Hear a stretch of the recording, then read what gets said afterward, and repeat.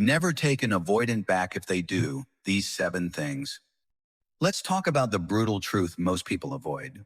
You should never take an avoidant partner back if they do these 7 things.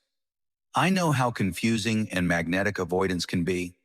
They pull you close just enough to keep you emotionally hooked, then disappear right when you start to trust them. It's a cruel cycle of connection and abandonment that leaves your nervous system wrecked. So today, we're not just decoding avoidant behavior, we're setting a boundary that could save your heart.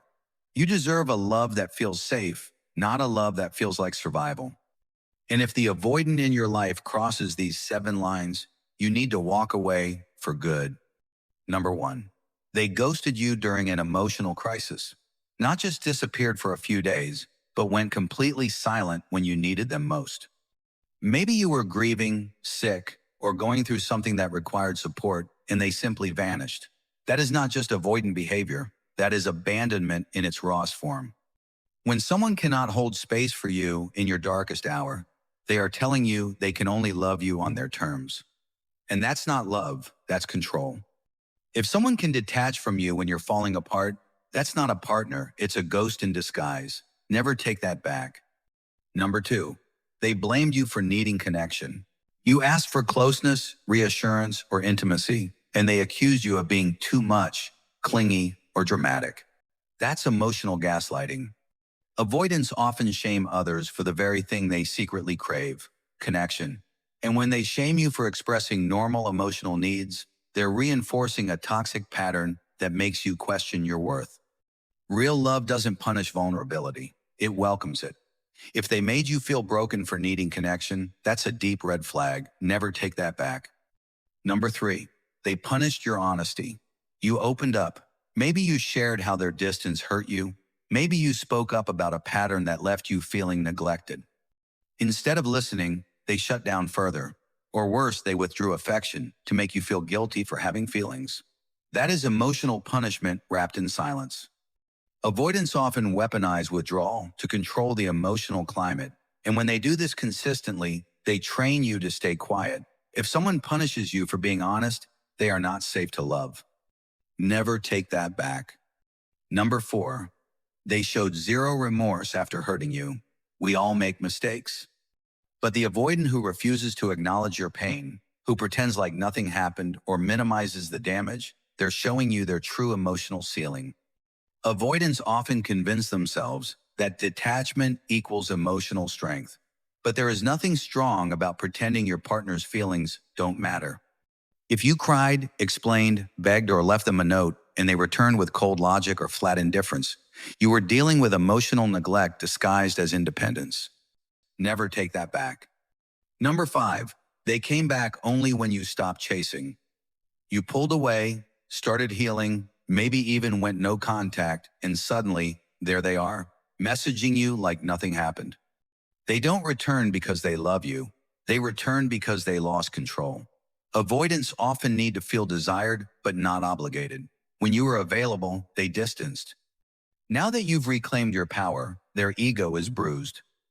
That is not love, it's possession in disguise. If they only show up when you're walking away, ask yourself this. Are they fighting for the relationship or just afraid of losing their emotional grip on you? Never take that back. Number 6. They denied the relationship ever meant anything.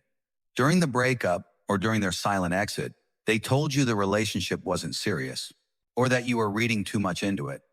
They may have even erased all the deep moments, the passion, the connection, like it never existed.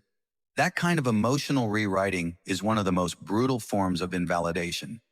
Avoidants often use this as a defense mechanism to protect their own fear of intimacy, but in doing so, they crush the heart of someone who showed up. If someone can delete the love you gave them, they were never ready to hold it in the first place. Never take that back. Number 7.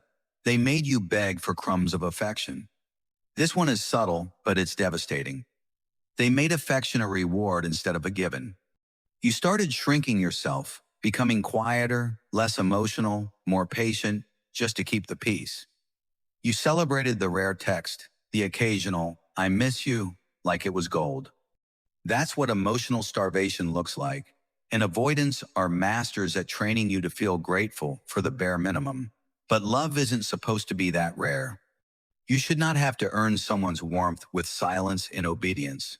You see, the avoidant pattern is seductive because it mirrors your deepest childhood wounds, especially if you grew up around emotional neglect. You get stuck in this unconscious loop of trying to prove your worth to someone who won't receive it.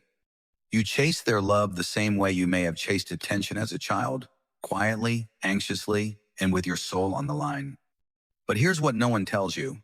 Avoidants don't change just because you wait longer. They change when they do their own inner work, and most won't unless they lose something they can't emotionally manipulate anymore. That's why taking them back sends the wrong message. It tells them, I will accept love on your terms even if it hurts me. And you deserve better than that. Sometimes love isn't about who you miss. It's about who you become when you stop chasing, when you stop begging for connection and start building your own.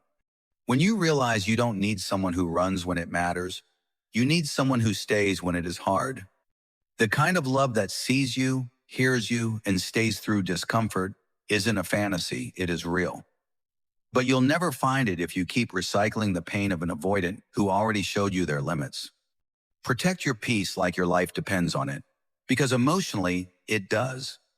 And if you're still wondering whether to take them back, let me ask you this.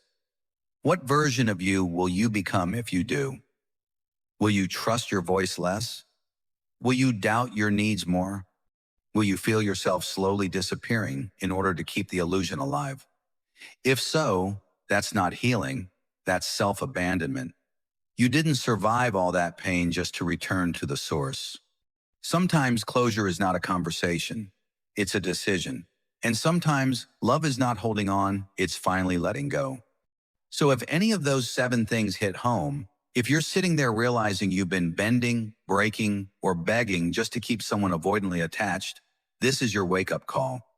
You deserve a love that doesn't punish you for needing closeness. You deserve peace, presence, and consistency, not confusion, silence, and pain dressed up as independence. Walking away from someone who keeps emotionally abandoning you isn't weakness, it's power. It is reclaiming your story. And the moment you stop trying to fix what never wanted to grow with you is the moment your healing begins. If this resonated with you, don't just scroll past, take a moment and share this video with someone who needs it. And if you're on the journey of healing from avoidant love, subscribe for more content that protects your heart and restores your power. Remember this, sometimes the most loving thing you can do for your soul is to say never again. Take care of your heart because no one else will do it for you like you can.